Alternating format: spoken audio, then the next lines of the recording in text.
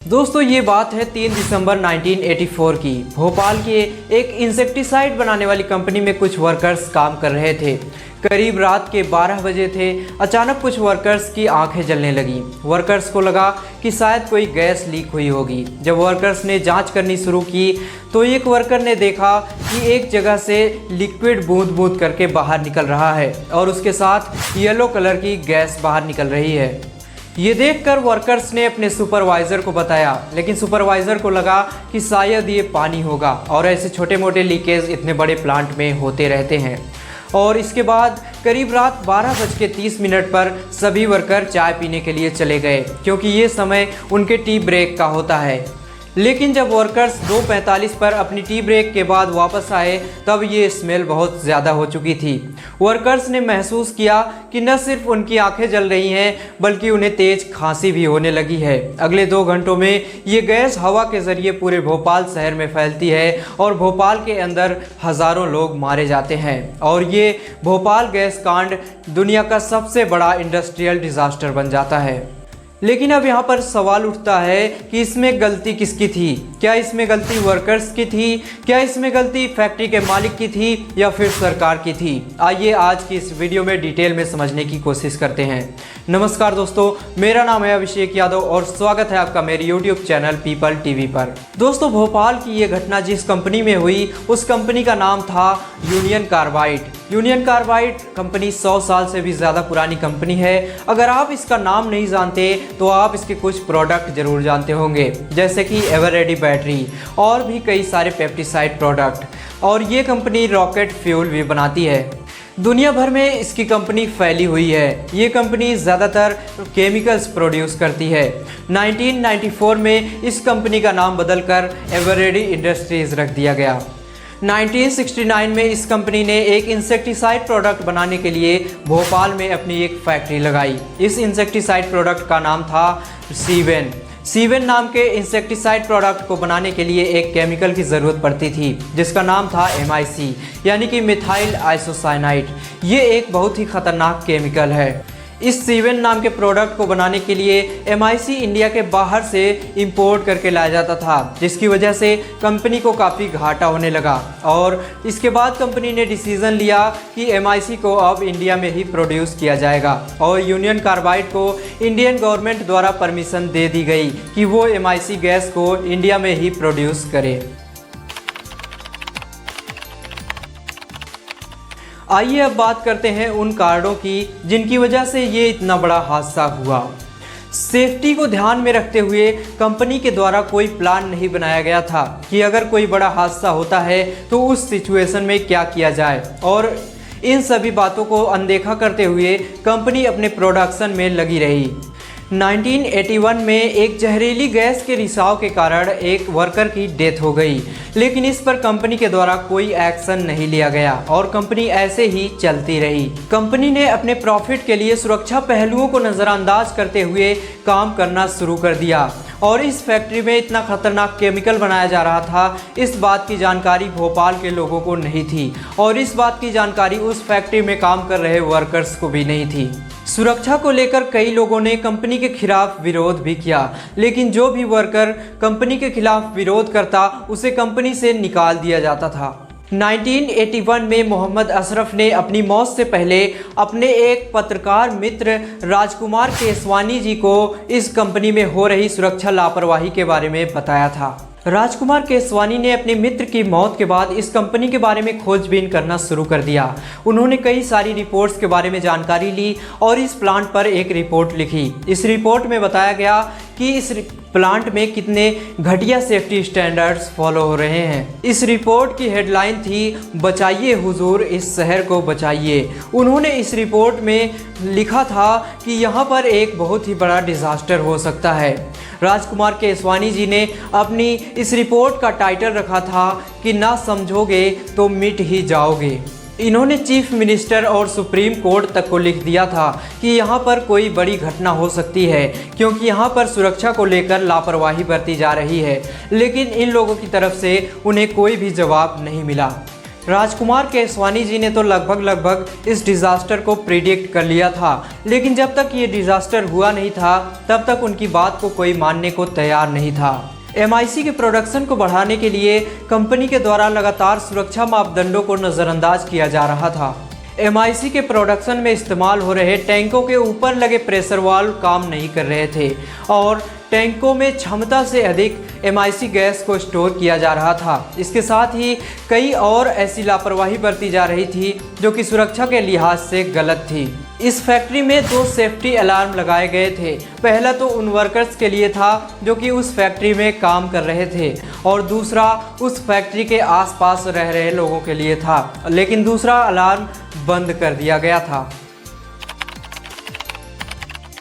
रात के 9 बजे वर्कर्स ने अपनी शिफ्ट को चेंज किया और नए वर्कर फैक्ट्री में आए। उन्होंने हमेशा की तरह अपना काम करना शुरू किया। उन्होंने MIC टैंक में लगी पाइपों को धोना शुरू किया, लेकिन जब वर्कर्स ने पाइपों में पानी को डाला तो देखा कि पानी दूसरी तरफ से निकल ही नहीं रहा था। इसके बाद उन्होंने फिल्टर को साफ किया। इसके बाद वर्कर्स ने लगभग 11 बजे इस बात की जानकारी अपने सुपरवाइज़र को दी, लेकिन सुपरवाइज़र ने ऑपरेटर से कहा कि पानी को चलते रहने दो और इस शिफ्ट के बाद जो नए शिफ्ट में वर्कर आएंगे वो इस पानी को बंद कर देंगे। पानी की पाइपों में स्लीप बैंड भी नहीं लगा हुआ था, जो कि आमतौर पर पानी को पाइपों में जाने से रोकती है। तकरीबन रात के 10 बजे से MIC टैंक में पानी जाना शुरू हो गया। और आपकी जानकारी के लिए बता दें कि MIC और पानी का एक बहुत ही ख़तरनाक रिएक्शन होता है। फिर गैसों का एक बादल बनना शुरू हुआ, लेकिन वहां पर काम कर रहे वर्कर्स को इतनी टेक्निकल नॉलेज नहीं थी कि ऐसे सिचुएशन में क्या करना चाहिए और क्या नहीं। तकरीबन 1 घंटे बाद शिफ्ट चेंज हुई और वहां पर नई शिफ्ट में काम करने वाले वर्कर आए। नए वर्कर्स ने देखा कि उनकी आंखें पूरी तरह से जलने लगी हैं। उन्होंने पास जाकर टैंकों का प्रेशर चेक किया तो प्रेशर नॉर्मल से थोड़ा ज़्यादा मिला। उन्हें लगा शायद ये ठीक है, लेकिन अभी भी उनकी आंखें जलना बंद नहीं हुई। वर्कर्स को लगा कि शायद कहीं ना कहीं से गैस लीक हुई है। जब उन्होंने इस लीकेज को ढूंढना शुरू किया तो तकरीबन 11:45 हो रहे थे। एक वर्कर जिसका नाम सुमन देव था, उसने देखा कि एक पाइप से बूंद बूंद करके कोई लिक्विड पदार्थ बाहर निकल रहा है, लेकिन वर्करों ने इसको नज़रअंदाज किया और लगभग 12:30 पर अपना टी ब्रेक लेने के लिए चले गए। तकरीबन रात के 12:40 पर टैंकों का प्रेशर बढ़ता चला गया। टैंकों की रीडिंग बहुत हाई थी। आपको बता दें कि ये टैंक अंडरग्राउंड थे और टैंकों के ऊपर बना कंक्रीट भी टूटना शुरू हो गया। सुमन देव नाम का वर्कर अलार्म बजाने के लिए कंट्रोल रूम की तरफ भागा। टैंक MIC 610 से गैस बहुत ही तेज़ी से बाहर निकलने लगी और उसके बाद जो हुआ वो बहुत ही भयानक था। तकरीबन रात के 1 बजे तक वहाँ मौजूद सभी लोगों ने महसूस कर लिया था कि ये सिचुएशन अब किसी भी इंसान के कंट्रोल से बाहर है और सारी गैस हवा में फैलने लगी। 1 बजे के बाद भोपाल शहर की स्थिति बहुत ही खतरनाक थी। MIC गैस हवा के ज़रिए पूरे शहर में फैल चुकी थी। लोग बताते हैं कि हवा में फैली गैस की दुर्गंध जलती हुई मिर्च के समान थी और सभी लोग खांस रहे थे। कुछ लोगों की दम घुटने की वजह से नींद में ही मौत हो गई। लोगों को हॉस्पिटल ले जाया गया, लेकिन डॉक्टर्स को ये पता ही नहीं था कि ये कौन सी बीमारी है या फिर ये कौन सी गैस की वजह से हुआ है और इसका इलाज कैसे करना है। अगली सुबह तक हज़ारों लोग मारे जाते हैं और सड़कों पर जानवरों और इंसानों की लाशें पड़ी हुई मिलती हैं और इसके साथ ही ये इंडिया का सबसे बड़ा और ख़तरनाक डिज़ास्टर बन जाता है। अब इसके बाद यूनियन कार्बाइड कंपनी अपनी टेक्निकल टीम को इंडिया भेजकर बची हुई MIC गैस को किसी दूसरी गैस में कन्वर्ट कराती है। इस ऑपरेशन को नाम दिया जाता है ऑपरेशन फेथ और इसके साथ ही यूनियन कार्बाइड कंपनी भारत सरकार को लोगों की मदद के लिए काफ़ी सारा पैसा भी देती है। इसके साथ ही यूनियन कार्बाइड कंपनी के चेयरमैन वॉरेन एडरसन को गिरफ्तार किया जाता है और इस घटना की सारी जिम्मेदारी वे अपने हाथ में लेते हैं। इसके साथ ही 1985 में पार्लियामेंट में एक एक्ट पास किया जाता है, जिसकी वजह से इंडियन गवर्नमेंट को ये पावर मिल जाती है कि वो भोपाल गैस कांड में प्रभावित लोगों को न्याय दिला सके।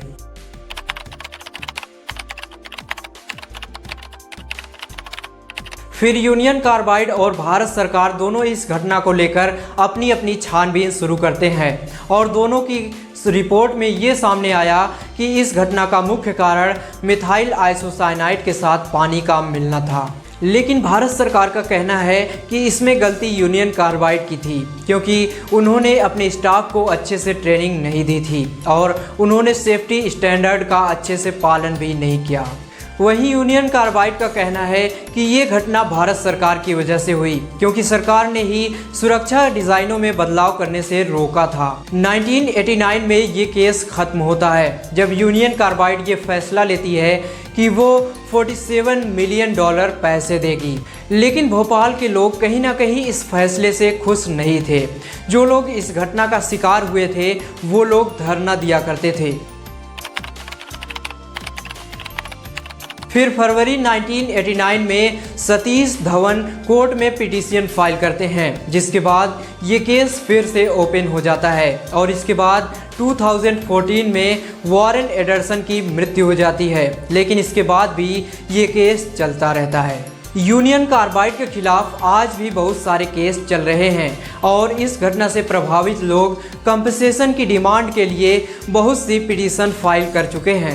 इस घटना के बाद कई सारे कानून बनाए गए और कंपनी एक्ट में भी कई सारे बदलाव किए गए। तो दोस्तों, उम्मीद करता हूं कि आज की इस वीडियो को देखने के बाद आपको भोपाल गैस त्रासदी के बारे में सारी जानकारी मिल गई होगी।